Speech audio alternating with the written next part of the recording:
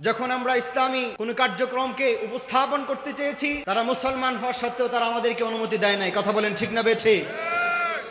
আলহামদুলিল্লাহ, অবস্থান ফিরে গিয়েছে, অবস্থার পরিবর্তন ঘটে গিয়েছে।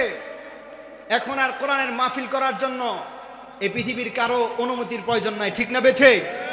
এই জমিন আল্লাহর, এই আল্লাহর জমিনে আল্লাহর বাণী নিয়ে কথা হবে, কোরআন নিয়ে কথা হবে, তার রবের প্রশংসা হবে। এখানে বাধা দেওয়ার জন্য যদি কেউ আসে, সেই হাতকে ভেঙে দেওয়ার জন্য বাংলার তৌহিদি জনতা সর্বদাই প্রস্তুত আছে। কথা বলেন ঠিক না বেঠিক? কোরআন কারীম থেকে যে আয়াত তিলাওয়াত করেছে আল্লাহ রাব্বুল ইজ্জাত ওয়াল জালাল, এই আয়াতের মধ্যে আপনাকে আমাকে জানিয়ে দিয়েছেন, ইয়া আইয়ুহান নাস, হে পৃথিবীর মানুষ সকল, ইন্না খালাকনাকুম মিন যাকারি ওয়া উনসা, আমি তোমাদেরকে এক নর এবং এক নারী থেকে সৃষ্টি করেছি। ওয়া জাআলনাকুম শুউবা ওয়া ক্বাবাইলা লিতাআরাফু, আমি আল্লাহ রাব্বুল আলামিন তোমাদেরকে বিভিন্ন জাতিতে, বিভিন্ন গোত্রে তোমাদেরকে পাঠিয়েছি। কাউকে সৌদি আরবে, কাউকে আমেরিকাতে, কাউকে লন্ডনে, কাউকে ইন্ডিয়াতে, কাউকে পাকিস্তানে, কাউকে বাঙালি, কাউকে সুন্দর করে পাঠিয়েছি,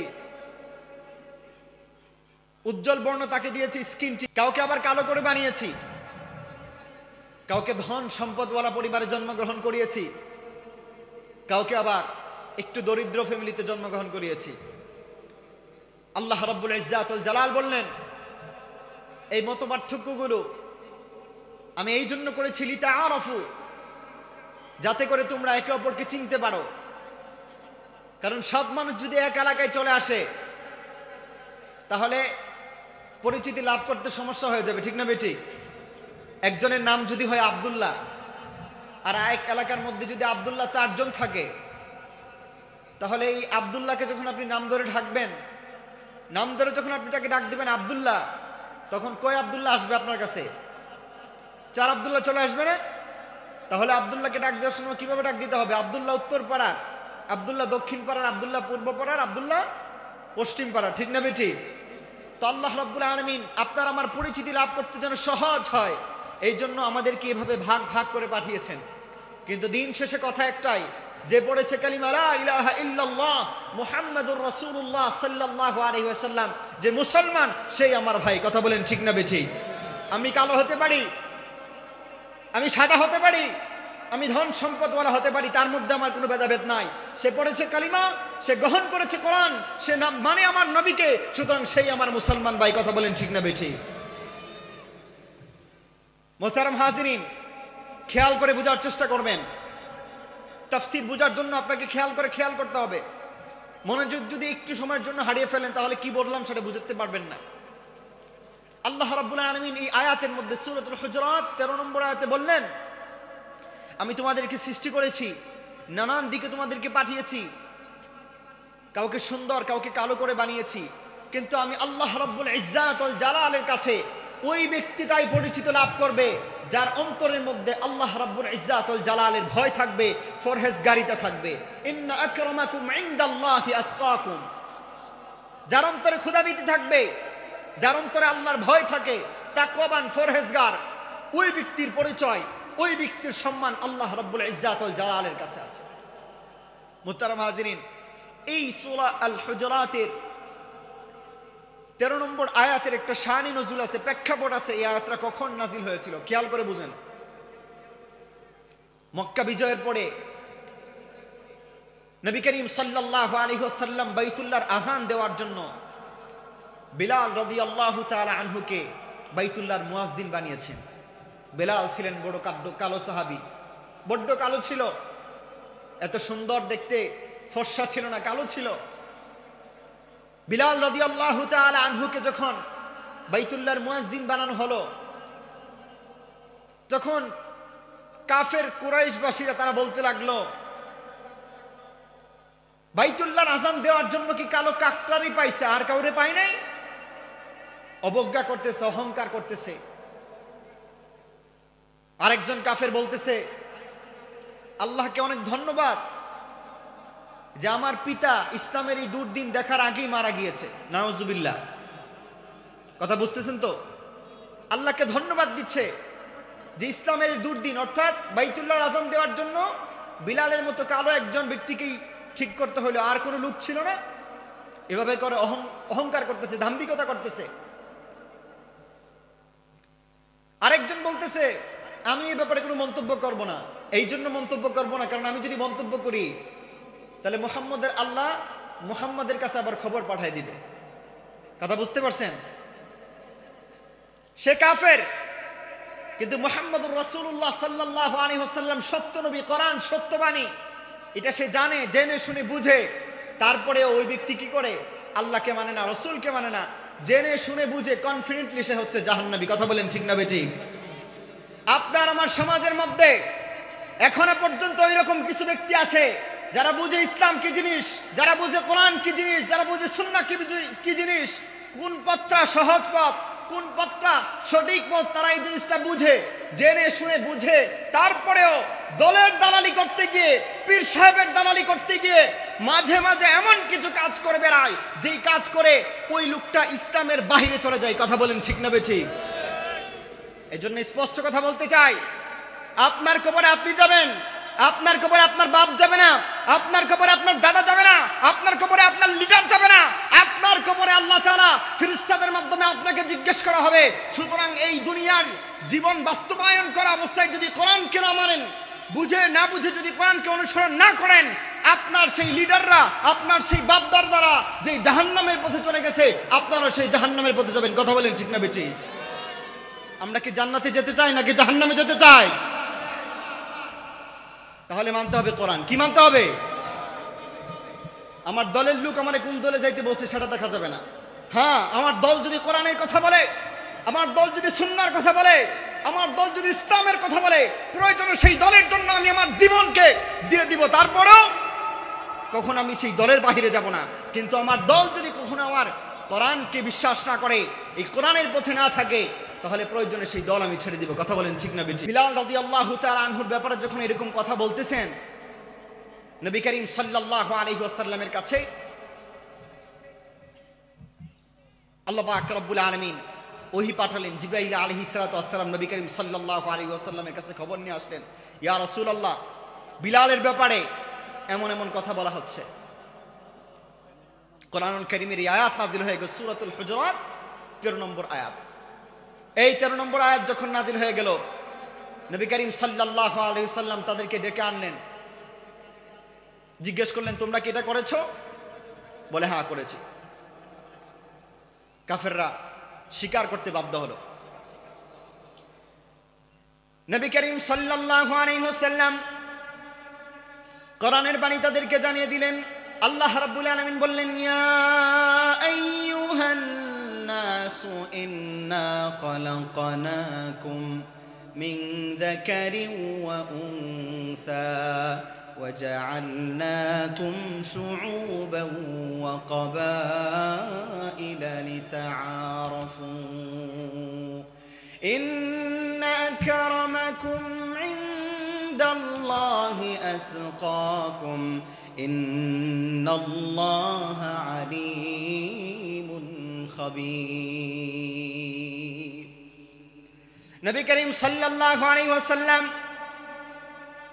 কাফেরদেরকে রক্ষা করে বললেন, হে কুরাইশবাসীরা, শোনো শোনো, বিলাল কালো সাহাবী হতে পারে, কিন্তু এই বিলালের মর্যাদা আল্লাহ রাব্বুল আলামিনের কাছে অনেক বেশি, অনেক বেশি।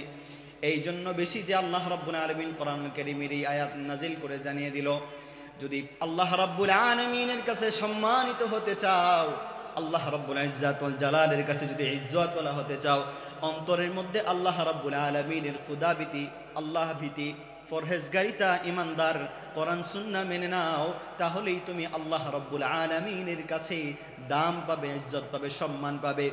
বিলাল কালো হতে পারে, কিন্তু সে তার রবের হুকুমকে মেনে নিয়েছে, সে কোরআনকে মেনে নিয়েছে, সে আল্লাহর রাসূল সাল্লাল্লাহু আলাইহি ওয়াসাল্লামের উপর ঈমান এনেছে।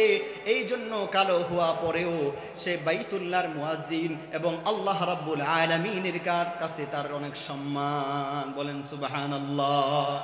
কিন্তু তোমরা কুরাইশ বংশ হতে পারো, ভালো সম্ভ্রান্ত পরিবারে তোমরা জন্মগ্রহণ করতে পারো, কিন্তু কোরআন মানো নাই, তোমরা রাসূলের উপর ঈমান আনো নাই।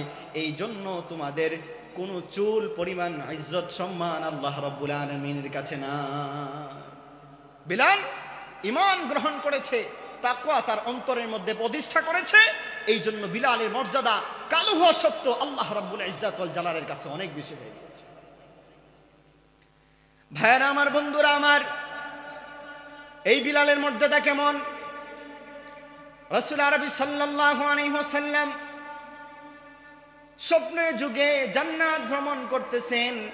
স্বপ্নে যুগে যখন জান্নাত ভ্রমণ করে নবী করিম সাল্লাল্লাহু আলাইহি ওয়াসাল্লাম জান্নাতের মধ্যে গিয়ে বিলাল দুনিয়ার জীবনে চলাফেরা অবস্থায় তার যে চলার জন্য একটা সওয়ারি ছিল, তার যে উট কিংবা একটা ঘোড়া ছিল, সেই উট কিংবা সেই ঘোড়ার পায়ের যে শব্দ আছে, সেই শব্দ রাসূল আরবি সাল্লাল্লাহু আলাইহি ওয়াসাল্লাম জান্নাতের মধ্যে শুনতে পেয়েছেন।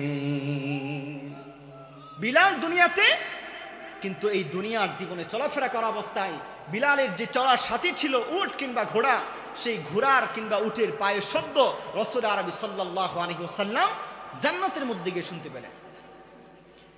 নবীজি সাল্লাল্লাহু আলাইহি ওয়াসাল্লাম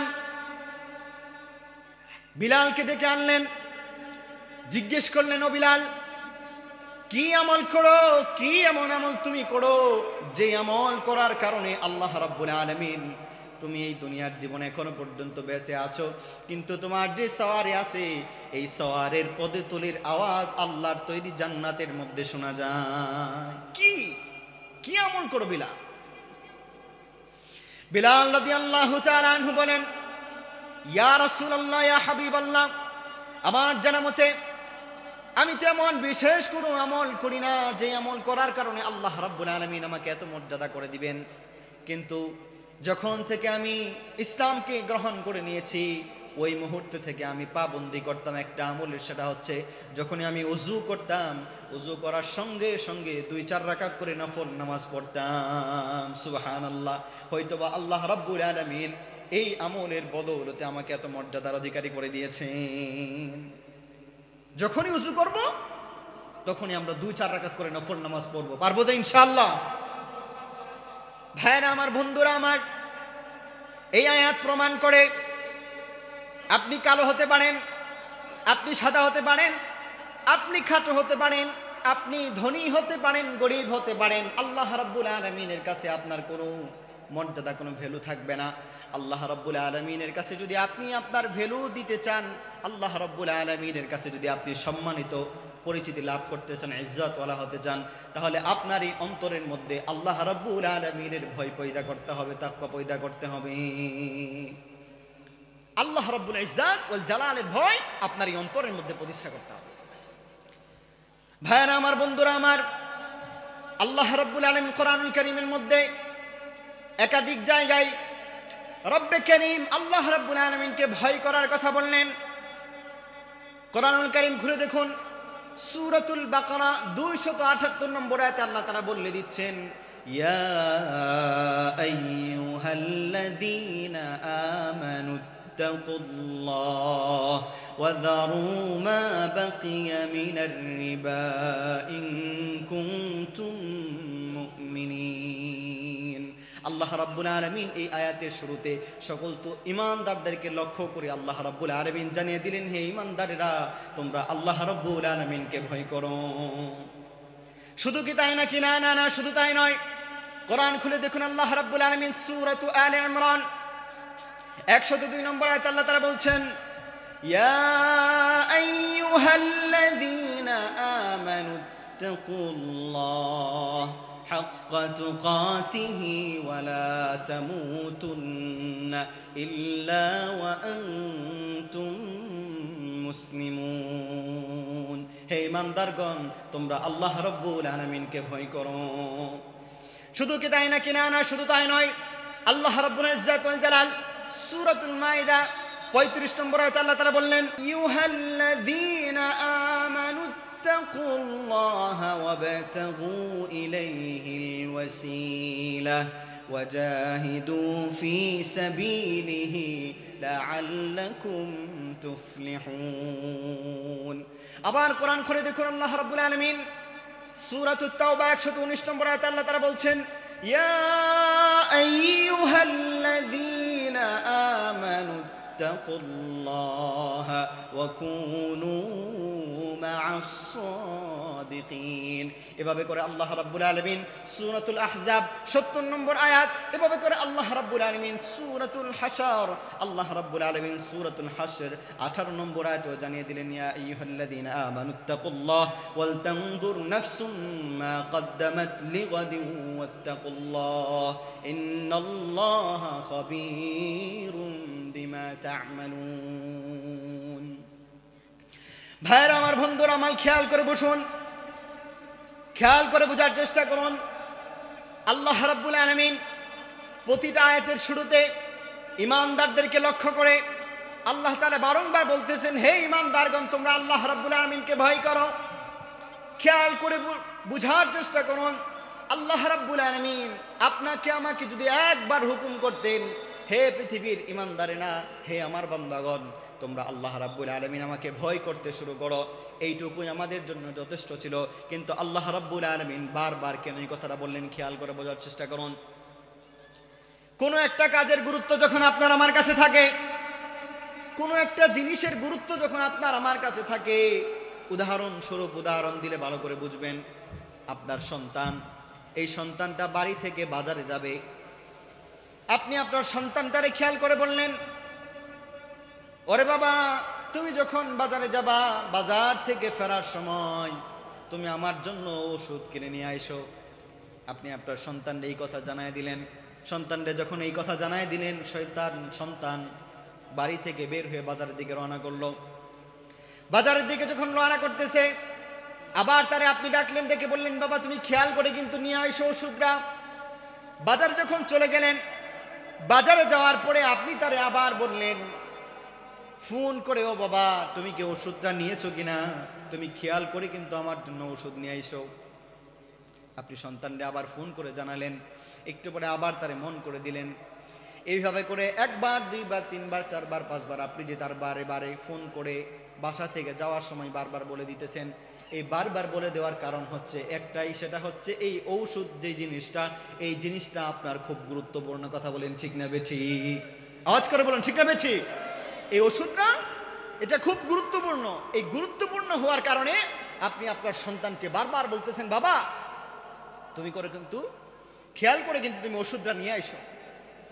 ভাইরা আমার, বন্ধুরা আমার, আল্লাহ রাব্বুল আলামিন কোরআনুল কারীমের মধ্যে যে আয়াতগুলো তিলাওয়াত করেছি, প্রত্যেকটা আয়াতের মধ্যে ঈমানদারদেরকে লক্ষ্য করে বলতেছেন, হে ঈমানদারেরা, তোমরা আল্লাহ রাব্বুল আলামিনকে ভয় করো, আল্লাহ রাব্বুল আলামিনকে ভয় করো।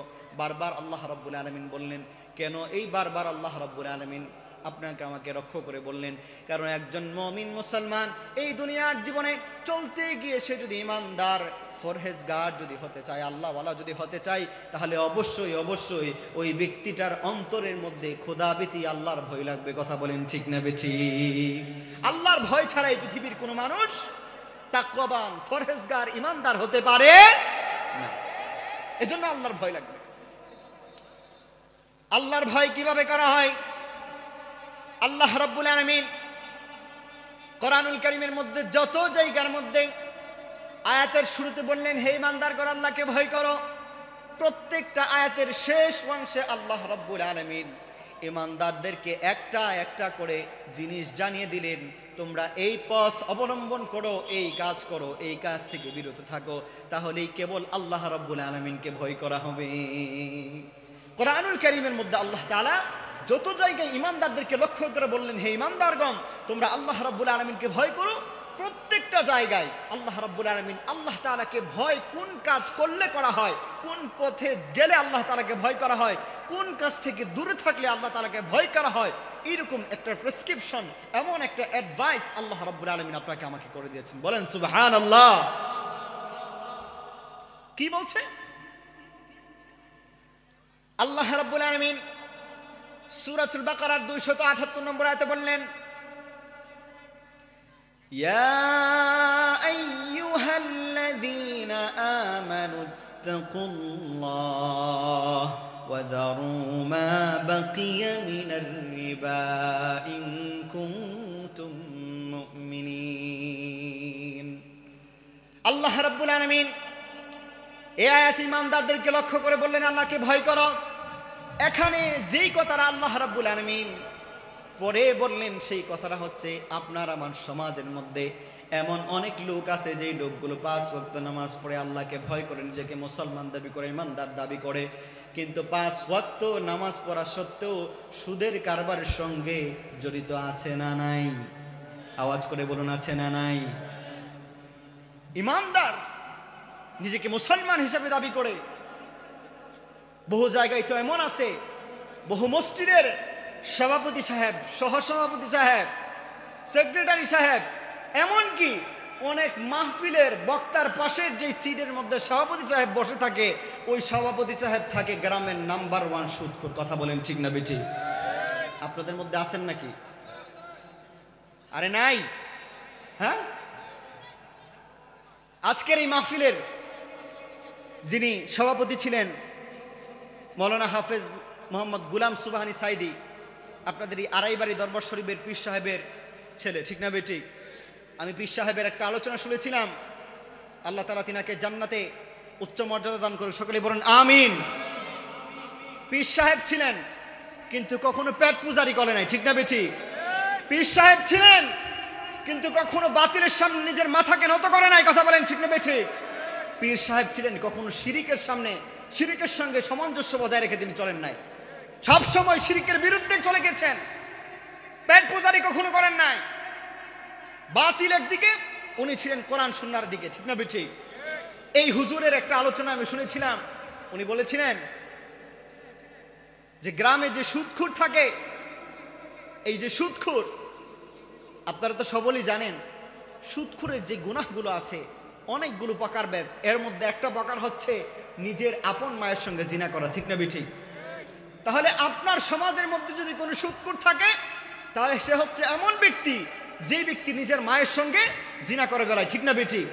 আচ্ছা, আপনি আমারে বলেন তো, আপনার সমাজের মধ্যে যদি জিনাখোর হেঁটে বেড়ায় আপনার চোখের সামনে, আর এই লোকটা যদি মারা যায়, আপনি জেনে শুনে বুঝে ওই লোকটার জানাজার মধ্যে গিয়ে অংশগ্রহণ করবেন? আওয়াজ করে বলেন, অংশগ্রহণ করবেন? অংশগ্রহণ করবেন না। কেন?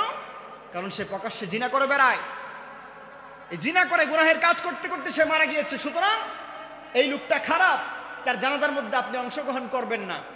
তো আমিও বলি, যেই লোকটা আপনার সমাজের মধ্যে সুদ খায়, আমার কথাগুলো থেকে কষ্ট পাবেন না, আল্লাহর জন্য কথাগুলো বলে গেলাম, যদি আমার কথা আপনার কলিজার মধ্যে আঘাত করে, আর সেই আঘাত ছিন্ন করে যদি আপনি সুদ থেকে ফিরে আসতে হবে পারেন, সেটাই হবে আপনার জীবনের সবচাইতে বড় সফলতা। কথা বলেন ঠিক না বেঠিক?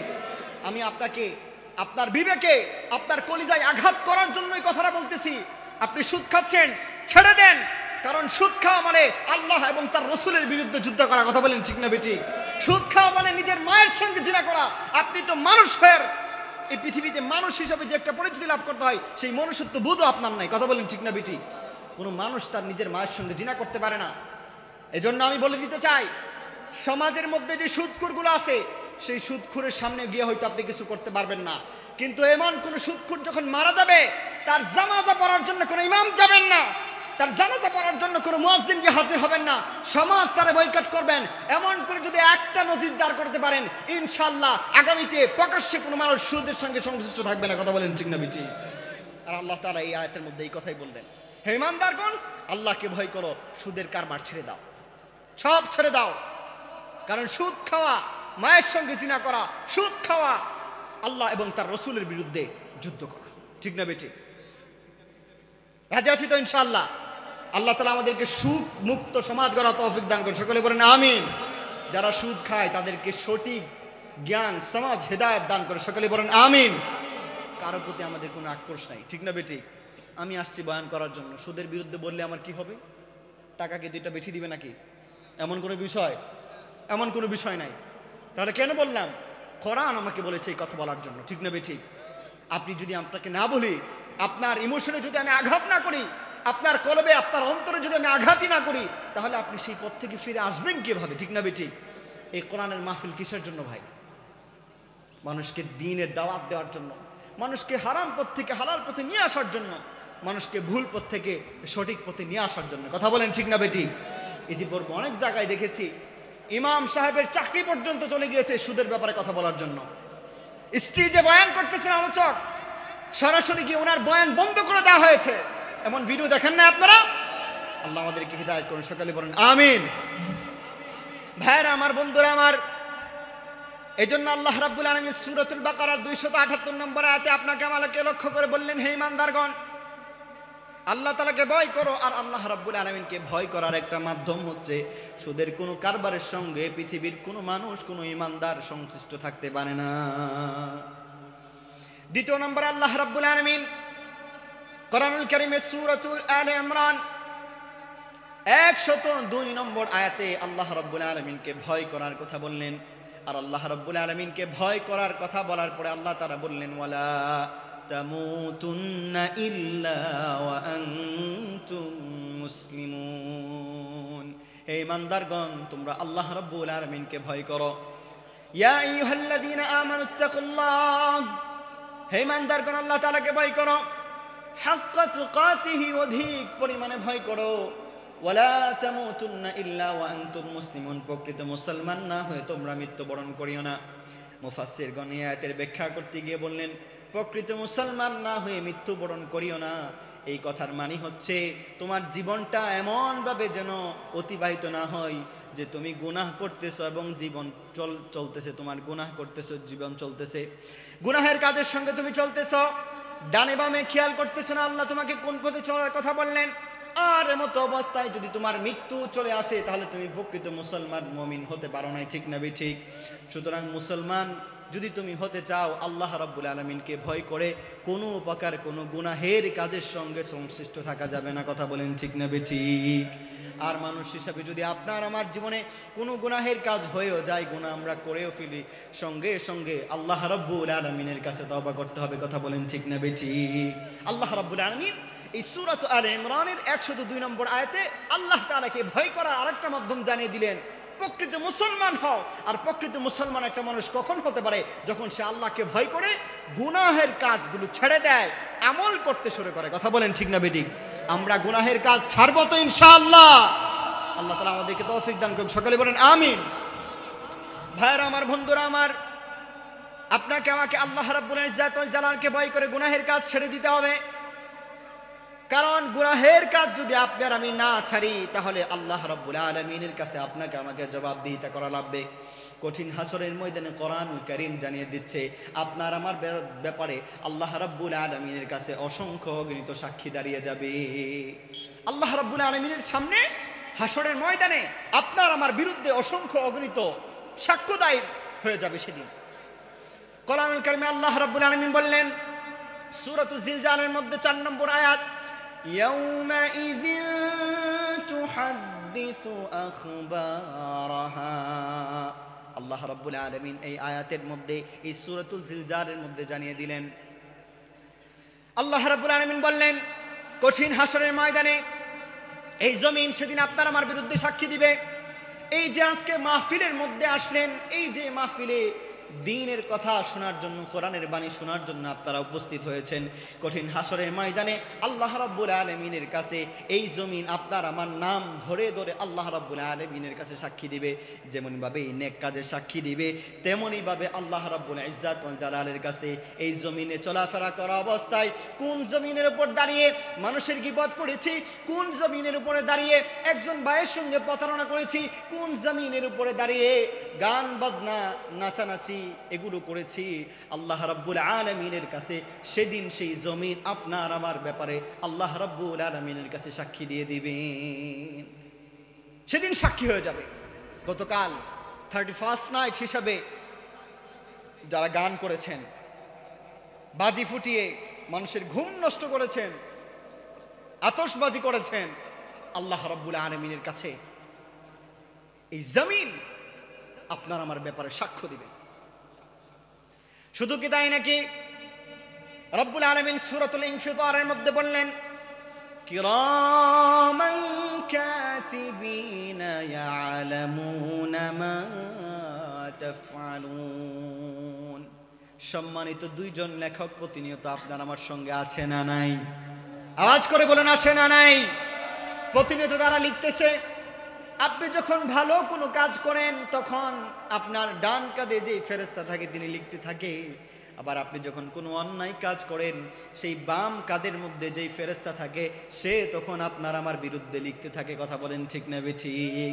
সুতরাং আপনি আর আমি যদি সামনে প্রকাশ্যে আড়ালে যে জায়গার মধ্যে গুনাহের কাজ করে বেড়াই, আল্লাহ রাব্বুল আলামিনের কাছে কোরআন বলতেছে সেদিন সাক্ষী হয়ে যাবে। আবার আল্লাহ রাব্বুল আলামিন সূরাতুল কাহফের মধ্যে জানিয়ে দিলেন, ওয়াউদিআল কিতাবু ফাতারাল মুজরিমিনা মুশফিকিনা মিম্মা ফীহি ওয়া ইয়াকুলুনা ইয়া ওয়াইলাতানা মা লিহাযাল কিতাব লা ইউগাদিরু সগীরাতান ওয়ালা কাবীরাতান ইল্লা আহসাহা। এই পৃথিবীতে চলাফেরা করা অবস্থায় আপনি আর আমি যখন কোনো কিছু নোট করার জন্য একটা ডায়েরি রাখি, একটা নোটবুক রাখি, আপনার আমার গোটা জীবনের একটা নোটবুক আল্লাহ রাব্বুল আলামিনের কাছে আছে। কঠিন হাসরের ময়দানে গুনাহগারদের সামনে এই জিনিসটা উপস্থাপন করা হবে। গুনাহগাররা যখন এই নোটবুকের দিকে দেখবে, তাকিয়ে যখন আমল নামা পড়তে থাকবে, তারা আফসোস করতে থাকবে, আশ্চর্য হয়ে যাবে। তারা বলতে থাকবে, মালি হাযাল কিতাব, এটা কেমন বই, লা ইউগাদিরু সগীরাতান ওয়ালা কাবীরাতান ইল্লা আহসাহা, যার মধ্যে আমার জীবনের বড় থেকে বড় কোনো গুনাহের কথা তো বাদ পড়ে নাই। এমন কি জীবনে যে একটা ছোট্ট অন্যায় অবিচার করেছিলাম, ওই ছোট্ট অন্যায়ের কথাটাও এই বুকের মধ্যে, এই নোটের মধ্যে লেখা আছে। আশ্চর্য হয়ে যাবে। জীবনে ছোট্ট একটা অপরাধ করছিল, একদমই ছোট, কিন্তু সেটাও সেদিন আল্লাহ রাব্বুল আলামিনের সামনে উপস্থাপন করা হবে। মানুষগুলো সেদিন, কাফেররা যারা থাকবে তারা অস্বীকার করতে থাকবে, যারা গুনাহগার তারা অস্বীকার করতে থাকবে। তাফসীরের কিতাবের মধ্যে আসছে, যেই মানুষ সেদিন আল্লাহ রাব্বুল আলামিনের কাছে স্বীকার করবে, ওগো আল্লাহ, দুনিয়াতে আমি ভুল করে ফেলেছিলাম, বুঝে কিংবা না বুঝে তুমি আমাকে ক্ষমা করে দাও। আল্লাহ রাব্বুল আলামিন তাদের অনেককেই ক্ষমা করে দিবেন আল্লাহ রাব্বুল আলামিন যাদেরকে ইচ্ছা করবেন। আবার কিছু মানুষ, কিছু কাফের আল্লাহ রাব্বুল আলামিনকে বলতে থাকবেন, ওগো আল্লাহ, এই কিতাবের মধ্যে, এই নোটবুকের মধ্যে যে কথাগুলো বলা হয়েছে, আমি তো এই অন্যায়গুলো করি না, এগুলো মনে হয় ফেরেশতারা ভুলে লিখে ফেলছে। বলেন নাউজুবিল্লাহ। আওয়াজ করে বলেন না নাউজুবিল্লাহ। ফেরেশতারা কি ভুল করে ভাই? তাদের কি কোনো ভুল আছে? তাদের কোনো ভুল নাই। আপনি যেটা করেছেন সেটাই উঠবে, আপনি যেটা করেন না সেটা উঠবে না। এভাবে করে যখন মানুষ অস্বীকার করতে থাকবে, তখন আল্লাহ রাব্বুল আলামিন যেই মানুষগুলো অস্বীকার করতে থাকবে, ওই মানুষের জবানগুলোকে আল্লাহ তাআলা বন্ধ করে দিবেন। সে আর মুখ দিয়ে কথা বলতে পারবে না। কোরআনুল কারীমের মধ্যে সূরাতুল ইয়াসিনের মধ্যে আল্লাহ তাআলা জানিয়ে দিলেন, আল ইয়াউমা নাখতিমু আলা আফওয়াহিহিম ওয়া তুকাল্লিমুনা আইদিহিম ওয়া তাশহাদু আরজুলুহুম বিমা কানু ইয়াকসিবুন। কঠিন হাসরের ময়দানে মানুষগুলো যখন অস্বীকার করতে থাকবে নিজের আমল নামার কথা, তখন মানুষের জবানগুলো বন্ধ হয়ে যাবে। বন্ধ হয়ে মানুষের চোখ কথা বলবে, মানুষের হাত কথা বলবে, মানুষের মুখ কথা বলবে। এভাবে করে মাথা থেকে নিয়ে পা পর্যন্ত যা কিছু আছে, একটা অঙ্গ প্রত্যঙ্গ আপনার আমার বিরুদ্ধে আল্লাহ রাব্বুল আলামিনের কাছে সাক্ষ্য দিতে থাকবে।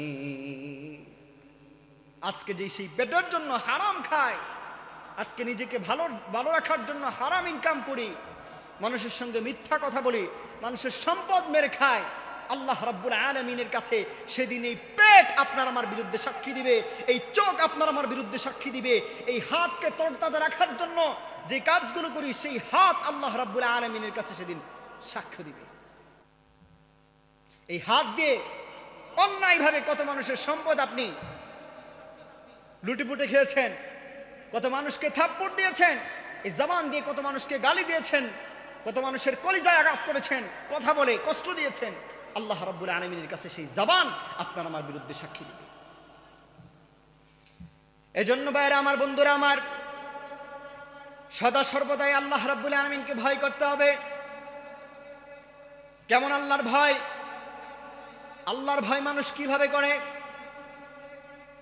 আল্লাহর নবী সাহাবী হযরত ওমর ফারুক রাদিয়াল্লাহু তাআলা আনহু, তিনি যখন মদিনা স্টেটের খলিফা ছিলেন, রাষ্ট্রনায়ক ছিলেন, বিভিন্ন সময় বিভিন্ন ছদ্মবেশ ধারণ করে এদিক সেদিক ঘুরে বেড়াতেন, খোঁজ খবর নিতেন কোন মানুষের কোন সমস্যা, কোন মানুষটা খেয়ে আছে, কোন মানুষটা না খেয়ে আছে, খোঁজ খবর নিতেন। একদিন ওমর ফারুক রাদিয়াল্লাহু তাআলা আনহু খোঁজ খবর নেওয়ার জন্য ঘর থেকে বের হয়ে চলে গেলেন মরুপ্রান্তের মধ্যে। মরুভূমিতে গিয়ে দেখেন একজন রাখাল যুবক অনেকগুলো বকরি চড়াচ্ছে। ওমর ফারুক রাদিয়াল্লাহু তাআলা আনহু ওখানে গিয়ে উপস্থিত হলেন। ওখানে গিয়ে হাজির হয়ে বলতেছেন, ও পথিক ভাই, ও রাখাল ভাই, শোনো, আমি একজন পথিক, অনেক দূর থেকে আমি এসেছি, হাঁটতে হাঁটতে বড় ক্লান্ত হয়ে পড়েছি, তোমার কাছে অনেকগুলো বকরি দেখতে পাচ্ছি, তুমি যদি আমাকে একটুখানি দুধ পান করাও, আমার বড্ড পানির পিপাসা পেয়েছে, তুমি যদি আমাকে একটুখানি দুধ পান করাও, এই দুধ পান করানোর কারণে আমার যে পানির পিপাসা পেয়েছে বা পানির তৃষ্ণা পেয়েছে সেই তৃষ্ণাটা মিটে যাবে। এভাবে করে তারে বলতেছে, তুমি আমার একটুখানি দুধ পান করাও। ওমর ফারুক রাদিয়াল্লাহু তাআলা আনহু নিজের পরিচয় দেন নাই, অথচ উনি কিন্তু চাইলে নিজের পরিচয় দিতে পারতেন। কথা বলেন ঠিক না বেঠিক? একটু মিলায় নেন নিজের মধ্যে। আপনার আমার সমাজের মধ্যে এরকম যদি রাষ্ট্রনায়ক থাকতো, এমন যদি লিডার থাকতো, বহু লিডার এমন আমরা দেখেছি দোকানে গিয়ে বলছে, ভাই আসছে, ভাই বলছে কিনা, এই ভাই আসছে, চেয়ারটা দেটা না, ঠিক না বেঠিক? ভাই আসছে, দোকানের সব কিছু দেয়। আবার কিছু কিছু ভাইরা লাঠি ছুটা দিয়া মানুষে আঘাত করিয়া মাঝে মাঝে মানুষের টাকা পয়সা ট্যাক্স উঠাইছে। কথা বলেন ঠিক না বেঠিক? করেছে কিনা? আল্লাহ তাআলা আমাদেরকে হিদায়াত করুন, সকলে বলেন আমিন। কিন্তু খলিফাতুল মুসলিমিন ওমর ফারুক রাদিয়াল্লাহু তাআলা আনহু রাষ্ট্রনায়ক হয়ে সেই রাখালের কাছে গিয়ে নিজের পরিচয় দেয় নাই। রাখাল কি গিয়ে খুব বিনয়ের সহিত বলল, তুমি আমাকে একটুখানি দুধ পান করানোর ব্যবস্থা করো। রাখাল বলতেছে, ও পথিক ভাই, তুমি অনেক দূর থেকে এসেছো, তুমি অনেক ক্লান্ত আমি দেখতে পাচ্ছি, কিন্তু তুমি যে আমার কাছে এই বকরিগুলো দেখতেছো, একটা বকরির মালিক কিন্তু আমি নই। এখানে তোমাকে যদি দুধ পান করাতে হয়, সর্বপ্রথম আমাকে আমার মালিকের কাছ থেকে অনুমতি নেওয়া লাগবে। আমার মালিক অনুমতি দেওয়ার পরেই কেবল আমি তোমাকে এখান থেকে দুধ পান করাতে পারবো, এর আগে পান করাতে পারবো না। ওমর ফারুক রাদিয়াল্লাহু তাআলা আনহু যুবকের জবাব শোনার পরে যুবকের আভ্যন্তরীণ ঈমানের হালত থেকে যাচাই করার জন্য ওমর ফারুক রাদিয়াল্লাহু তাআলা আনহু যুবকের কাছে একটা অফার পেশ করলেন, একটা প্রপোজাল তার কাছে দিলেন। বললেন, ও যুবক, শুনো শুনো, তোমাকে এগুলা রক্ষণাবেক্ষণ করার দায়িত্ব দেওয়া হয়েছে, কথা ঠিক আছে, কিন্তু এই মুহূর্তে এখানে তোমার মালিক উপস্থিত নাই। তুমি যদি আমাকে একটুখানি দুধ পান করাও, তোমার মালিক দেখবে না, এবং তোমার কাছে অনেকগুলো বকরি আছে, একটুখানি দুধ যদি তুমি আমাকে পান করাও, তোমার মালিক এখানে উপস্থিত না থাকার কারণে প্রথমত সে দেখবে না, দ্বিতীয়ত সে টের পাবে না, কারণ অনেকগুলো বকরি আছে, বিনিময়ে আমি তোমাকে কিছু স্বর্ণ মুদ্রা দিব, কিছু টাকা পয়সা দিব। এমনভাবে তারা একটা অফার দিল, প্রপোজাল দিল, একটু লোভ দেখালো। একটু চিন্তা করুন তো, ওখানে যদি আপনার আমার অবস্থা হইতো, তাহলে আপনি আমি কি করতাম? একটু আড়াল হলেই অনেক কিছু, ঠিক না বেঠিক? ভাইরা আমার, বন্ধুরা আমার, কিন্তু যুবকের ঈমান দেখুন, যুবকের অন্তরের মধ্যে আল্লাহ রাব্বুল আলামিনের ভয় কেমন দেখুন। যুবক জবাব দিলেন, ও পথিক ভাই, ও মুসাফির ভাই, শুনো শুনো, তোমার কথা তো ঠিক আছে, এখানে অনেকগুলো বকরি আছে, আমার মালিক টের পাবে না, বিনিময়ে তুমিও উপকৃত হবে, আমিও উপকৃত হবা। কিন্তু তুমি আমার একটু বুঝাও তো, কঠিন হাসরের ময়দানে তোমারে আমারে যেই মালিকের সামনে উপস্থিত হতে হবে, 50,000 বছর তোমারে আমারে যেই মালিকের সামনে দাঁড়াতে হবে, সেই মালিকের চোখটারে আমি কেমন করে ফাঁকি দে? নারে তাকবীর, নারে তাকবীর, আল্লাহু আকবার, নারে তাকবীর, আল্লাহু আকবার। ঢাকাবাসীর পক্ষ থেকে লালগোলা শুভেচ্ছা, মাহফিলের পক্ষ থেকে লালগোলা শুভেচ্ছা। সম্মানিত শ্রোতা, এখনো যারা আমরা নারে তাকবীর, প্রধান বক্তার আগমন,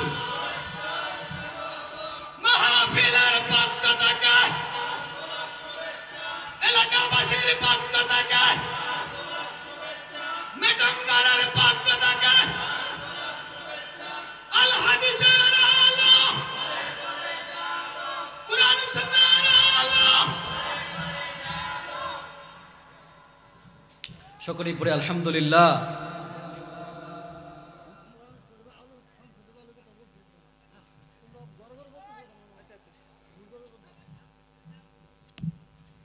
সকলেই পড়ে আলহামদুলিল্লাহ। আমি বলছিলাম না বিউটিফুল হুজুর আসতেছে, হুজুরকে দেখে মনে হয়েছে হুজুর বিউটিফুল। আমার শ্রদ্ধাভাজন বড় ভাই ভাইজান চলে আসছে, আমি আমার আলোচনা গুছিয়ে নিচ্ছি। সদা সর্বদাই আল্লাহ রাব্বুল আলামিনকে ভয় করতে হবে, রাজি আছি তো ইনশাআল্লাহ? আর আল্লাহ রাব্বুল আলামিনকে ভয় করে গুনাহের কাজ থেকে আপনাকে আমাকে বিরত থাকতে হবে। আল্লাহ পাক রব্বুল আলামিন আপনাকে আমাকে সদা সর্বদাই আল্লাহ রাব্বুল ইজ্জাতুল জালালকে ভয় করে বাকি জিন্দেগি বাকি জীবন গোছানোর তৌফিক দান করুন। সকলে বলেন আমিন। সুবহানাকা আল্লাহুম্মা বিহামদিকা আশহাদু আল্লা ইলাহা ইল্লা আনতা আস্তাগফিরুকা